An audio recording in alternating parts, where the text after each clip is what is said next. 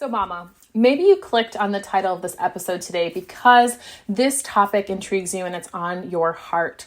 Are you personally struggling to prepare your toddler for interactions with special needs kids? Have you maybe already had some bad experiences and you want to make sure that you guys do better as a family next time?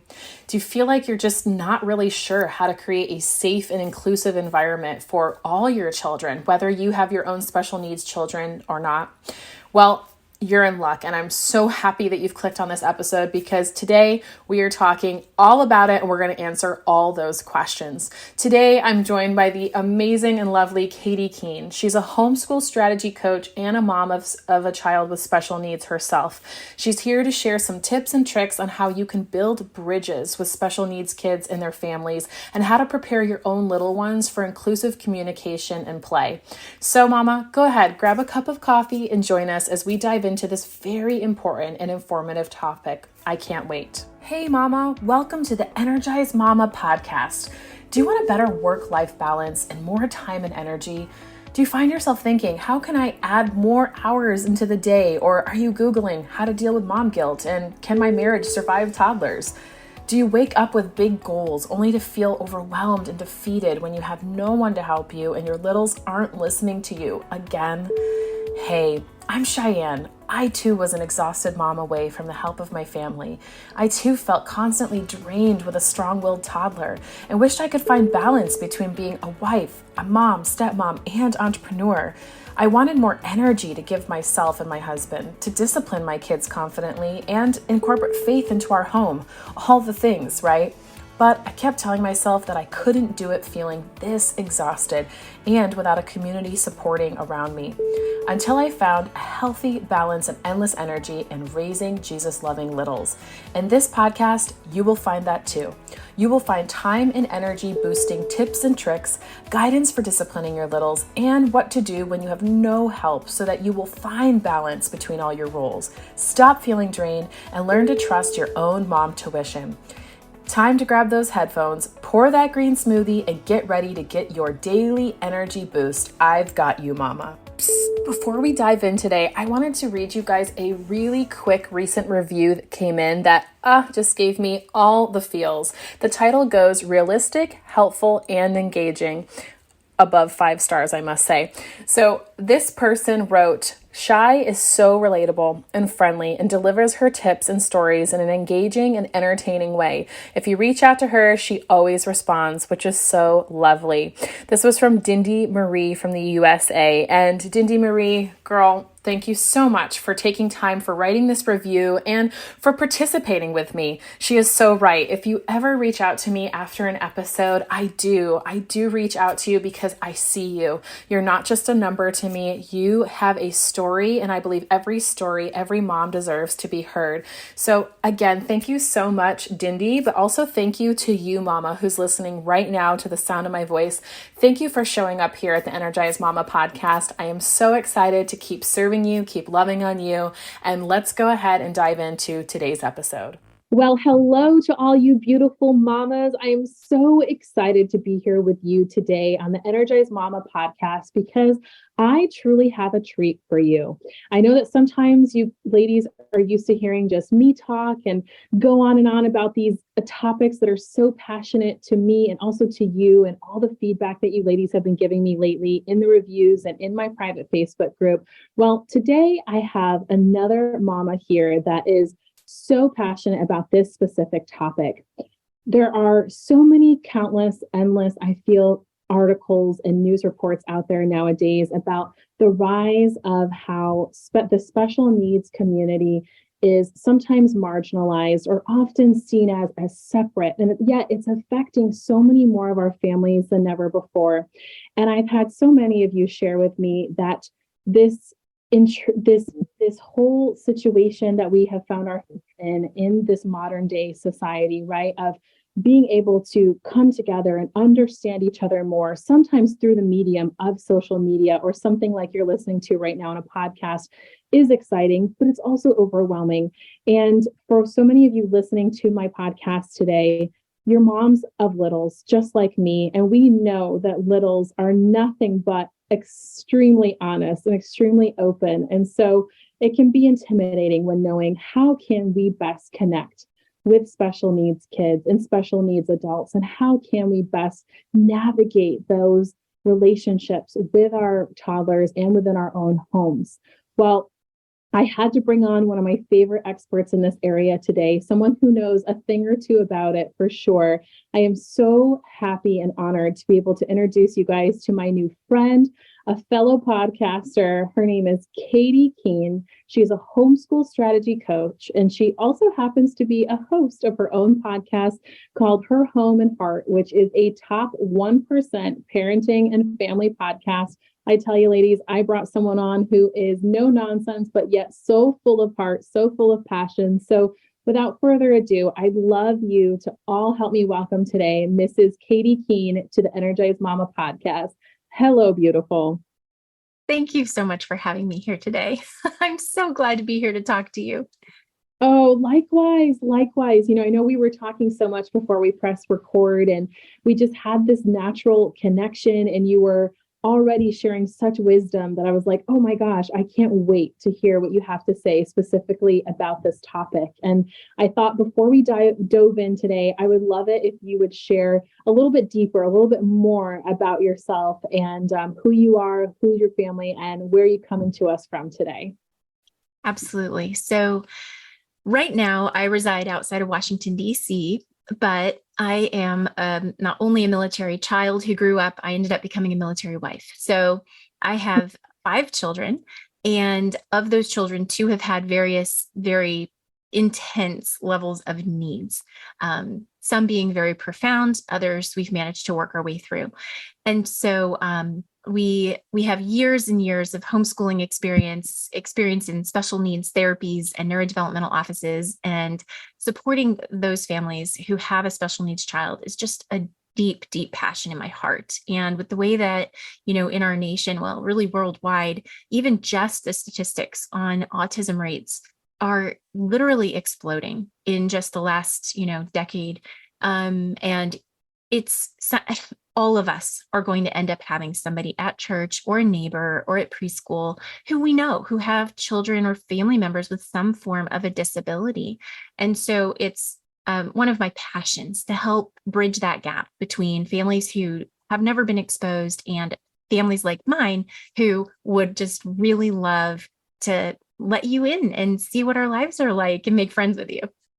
Yes, yes. And Katie, that's what I love about you is that you kind of have that twofold expertise here. You have the fact that you've helped families that have children with unique needs and special needs. And then you also have that in your own home. So I love that you have kind of that double-edged sword there that you really can help us see from both perspectives. And you're a mom who's been there, who's been in the trenches.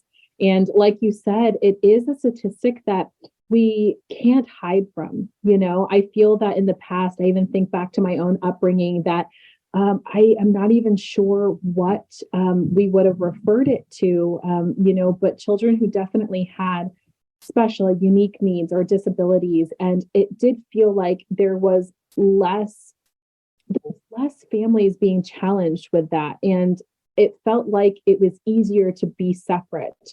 And I was always that kid that always wanted to find the way to be able to connect the two communities and not have it be so separate. But I know overall it could feel so intimidating and so overwhelming.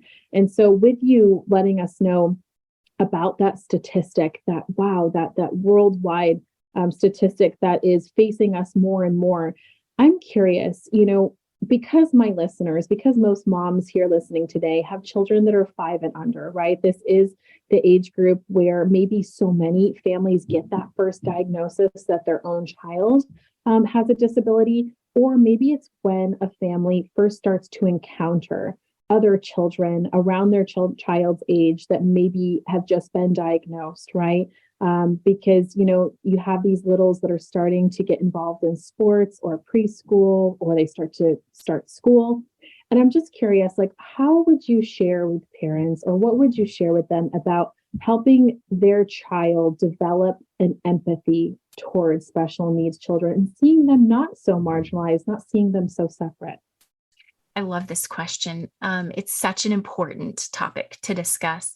And what I will begin with is just saying that for the most part, little kids, especially 5 and under, they do not have normally a fear or any kind of hesitation or discomfort when it comes to being around people with disabilities.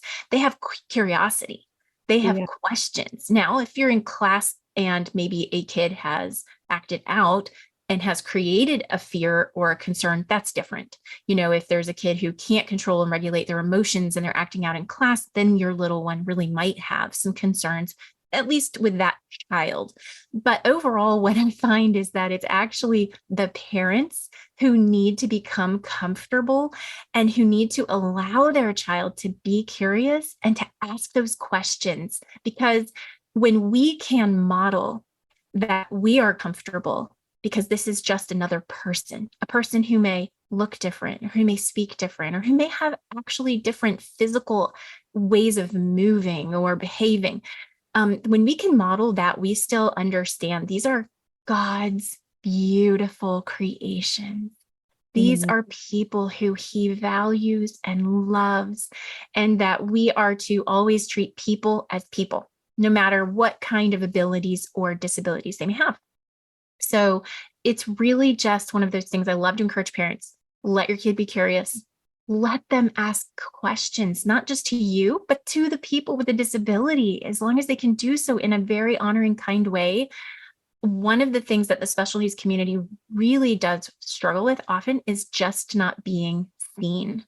And so when a child wants to ask a question, whether it's to someone in a wheelchair or to an autistic child who may not be able to speak, like my son, if you allow them to be their genuine, curious selves, then that person is seen. They have that comfort in that connection of, oh, yes, I'm seen and I'm heard. And even if the child can't speak back, oh, it's very likely that a parent like me will just help them. And it can become a beautiful friendship. And what happens with the children who are allowed to interact comfortably with people with disabilities is they do grow that depth of compassion and empathy. It's beautiful. Yeah. Wow. It sounds like you've, Lord willing, gotten to witness that, with your children who are special needs, and then maybe on the opposite end with your children that don't have those struggles or disabilities. And my first thought that comes to mind is something that I'll be totally honest that I think I have struggled with, especially I used to nanny. This is a part of my background. So I was with different kids all the time. And sometimes my fear, and maybe many moms out there have this fear too, is the fear of what if my child, when interacting, when communicating, says this, right? I think that's so often what we're nervous about. I mean, my gosh, I remember having a children I nannied that would even just be curious about someone who is, say, bigger, right? And would say, why are you so fat? Or why are you so black, right? Seeing differences in race and things like that. So, but of course, when it becomes a child communicating with, another child or maybe another adult in the special needs community, we can imagine there can be all kinds of little things that as adults we would say the kids may not understand what they're saying as a faux pas or something that may be embarrassing. So how would you suggest a parent then handles those challenging situations when a child maybe accidentally says something or asks something that we may consider to be inappropriate or embarrassing? Well, one of the things that we learned at our Neurodevelopmental Institute that we attended for a number of years to help our son is that the best thing we can do with little children, regardless of whether they are typically developing or not, is to always prepare them ahead. They have less life experience. And so if you have a kid who is maybe extra curious and extra verbal, and you could possibly see yourself in a situation like that, and then what they taught us to do is to prepare your child. Pull out a stack of paper and print out some pictures of various people in the community with various disabilities or various backgrounds or various ages even, and just start having those conversations with your child about God's creation and God's love for all humans, and really give your child the opportunity to ask a lot of those questions with you in private before you go out into the community. And then you can also have those conversations about, well, what might be a a positive, proper way to have a question. Should you ask mommy first or should you ask the person directly? And the more that we can prepare our little ones ahead, because they really don't know, they're so innocent. They just are curious. And I love that curiosity, but you're right. It can sometimes come out incorrectly. We also have to understand it's going to very quickly, if they do say something incorrectly, show the true colors of that person they are speaking to. Yeah. So, it's really then on that other person to respond back in a kind way towards that child with understanding and grace that they are a little child. And if they don't, then move on with your day and don't beat yourself up over it. But the more that you can prepare your child, the better. And it will lead into them having a more comfortable communication style as they grow anyway. So it's always good to be pouring into our children that way. Totally, totally. And I think you said something that made me look in the mirror a little bit, that I'm like, ooh, and it shows my true colors too as a parent, right? This is just across the board being a parent. You don't really know how you'll react in a certain way until your child does something, right? I'm sure we all have a list, or we have memories of things our kids have done that we're like, wow, we were not expecting that. And here this situation arises.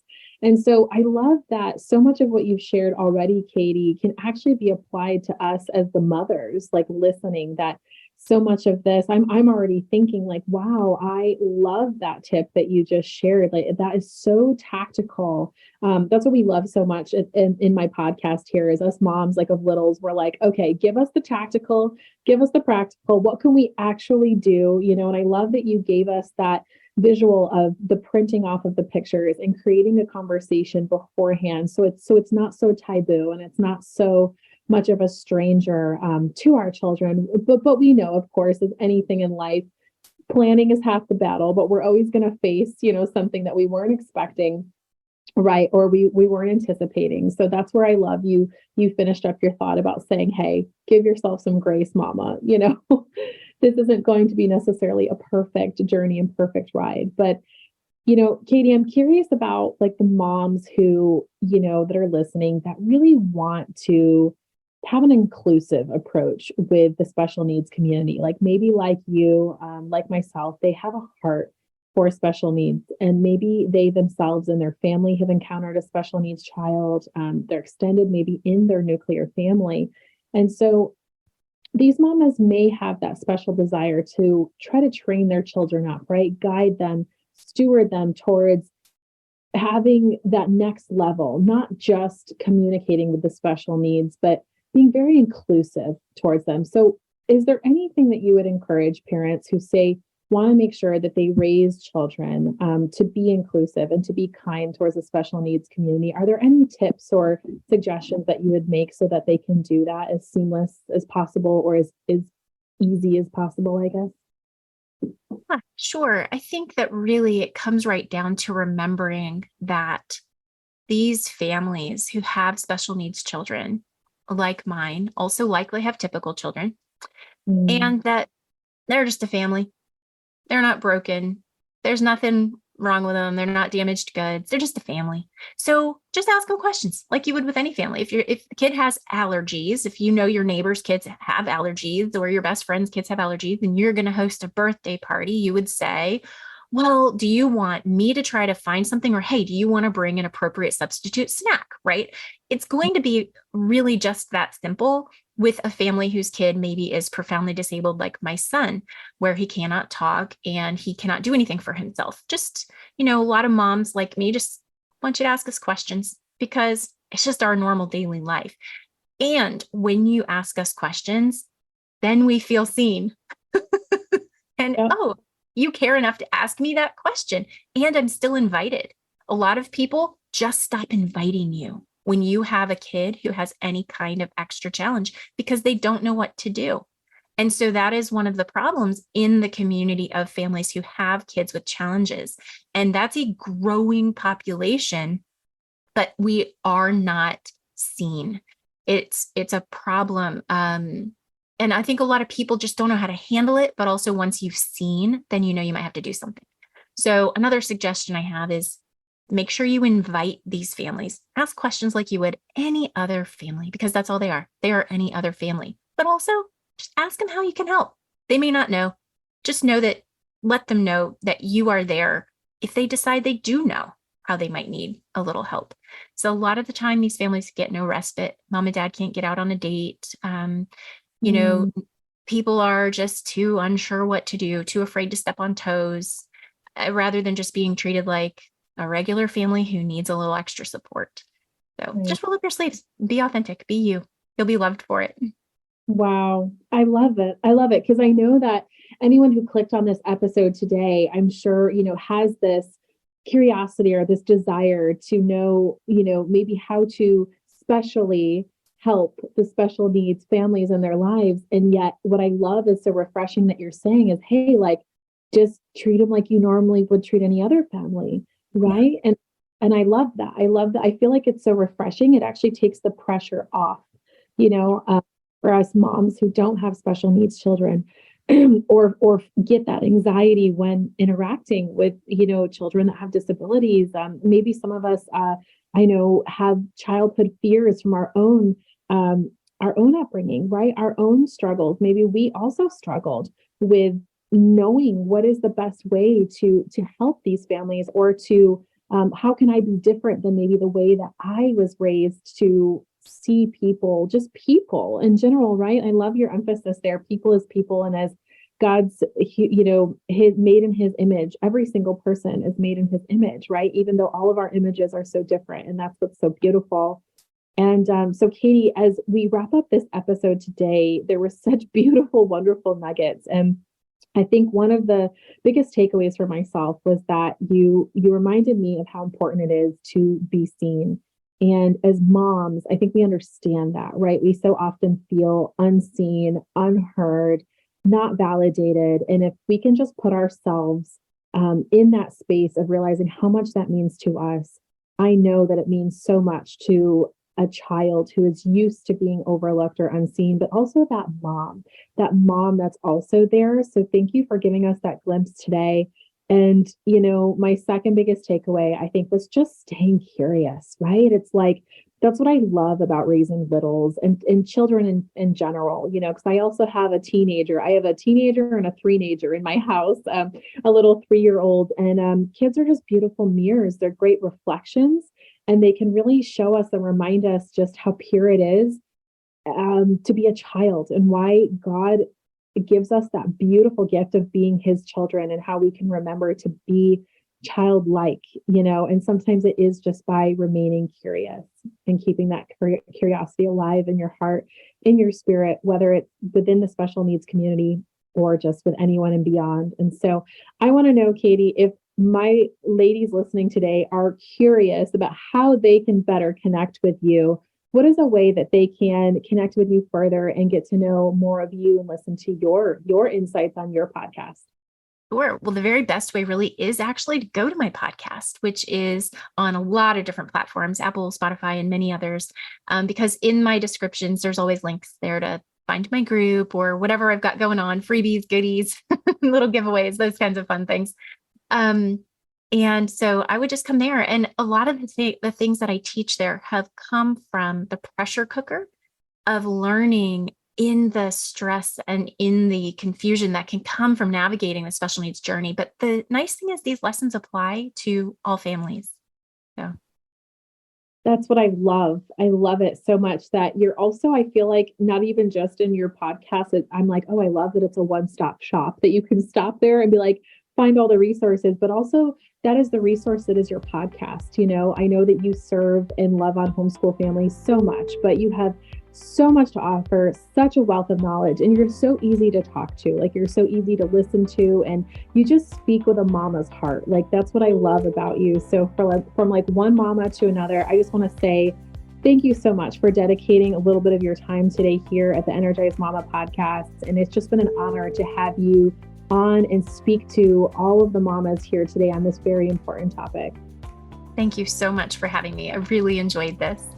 You're welcome. And ladies, if you want to connect with Katie and make it as easy as possible, no worries. All you have to do when you're done listening to this episode is go to the show notes below, and I've got her link to her podcast and any other way you can connect with her right below. And I just want to say thank you so much. Thank you so much for showing up for yourself, showing up for your family, and just know that that energy that you want, that sustains you and that fuels you throughout your life as a young mom, is there for you. And we're going to keep pouring into you every single day on this podcast. I hope to see you on another one. I just love encouraging you, ladies. Thank you again for being here today, and know that you are loved, you are seen, you are heard, first and foremost by God, and then by me too, here on the Energized Mama podcast. Until next time, so much love to you and your family, and God bless. Hey, Mama, can you believe it's almost the end of summer already? Where did the time go? I have a question for you. Do you wish that there was a time and a way to stop feeling emotionally drained by your life as a mom of littles? You're not alone. Do you wish that you could have more energy for your husband without constantly feeling physically exhausted? Double checks there? Well, I know what that feels like because I've been there too. I know what it feels like to want more from your life than just being a mom. I know what it feels like to be overwhelmed with where to begin to stop the stress in my everyday life, and to have no idea what healthy habits to implement into my own home that'll actually make a difference. It can feel so easy to be totally lost in how to create a realistic and sustainable plan that works for us, right? I know what it feels like to think I just can't be energetic while I parent a household full of littles that demands so much of me. At least one that doesn't rely on either coffee for energy or wine to de-stress. Well, I want you to take a pause for a moment and imagine with me. Imagine if you no longer felt completely exhausted at the end of your day. What if you had the time to go on dates with your husband? Imagine that you had the energy to give yourself a much needed me time, and you had easy to implement systems and strategies that would allow you to be that energetic and vibrant mama you want to be. All of this while still raising your kids the way you want. That's exactly why I created the More Energy Method, a customized blueprint to clear your chaos and bring back more energy into your everyday life. It's where I teach you to decrease stress while increasing your energy. You'll be able to stick with this super simple plan because it's tailor-made for you, and it will establish new healthy habits that'll unlock energy without taking away focus from your kids or require huge commitments of time. I promise you will walk away with crystal clear clarity of exactly where to focus and what to focus on, with a plan that'll help you know exactly how to do it, and the confidence as a woman, wife, and mother to make the changes you need to and to keep them for good. So, girlfriend, if you're ready to stop feeling overwhelmed and exhausted the moment you wake up, and instead change that all and feel rejuvenated throughout the day and go to bed satisfied, even as a busy mom of littles, then I promise there's no time like right now to step up and grab my end of the summer special, where I release 3 exclusive bonus trainings that you won't find anywhere else, from experts on topics such as time management systems for work from home moms, sleep training for babies and toddlers, and how to heal your gut and digestive health issues. All, when put into practice, are major energy savers for any mama. So head right now to energyformoms.com, and I have the link below in the show notes. It's time to lose the stress while gaining yourself back and have endless amounts of energy for yourself, your husband, and a life beyond just your littles. Let's do this, mama.